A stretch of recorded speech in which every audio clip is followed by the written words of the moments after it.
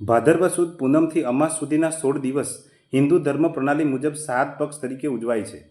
પોતાના પૂર્વજોના મૃત્યુતિથિ મુજબ કાગવાસ નાખીને અને દૂધપાક જેવા ગળ્યા પદાર્થોનું સેવન કરવાની સાથે સાથે કુટુંબના સૌ સભ્યો સમૂહ ભોજન કરીને ધાર્મિક શ્રદ્ધા મુજબ આ પર્વને ઉજવે છે.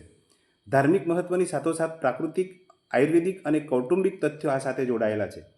કાગવાસમાં નાખવામાં આવતા ખાદ્ય પદાર્થોથી કાગડીના બચ્ચાને પોષણ મળે છે અને ઘર આંગણાનું પક્ષી સચવાય છે.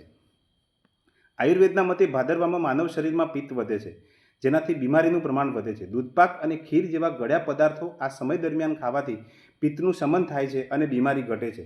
સાથોસાથ કુટુંબના સૌ સભ્યો સાથે બેસીને જમે છે, તેથી કુટુંબ ભાવના વધવાની સાથે સાથે પરિવારો તૂટતા બચે છે.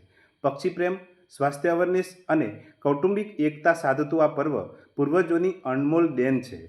વિડીયો ગમે તો પેજને લાઇક અને ફોલો જરૂર કરજો અને વિડીયોને શેર કરવાનું ભૂલતા નહીં. Thank you.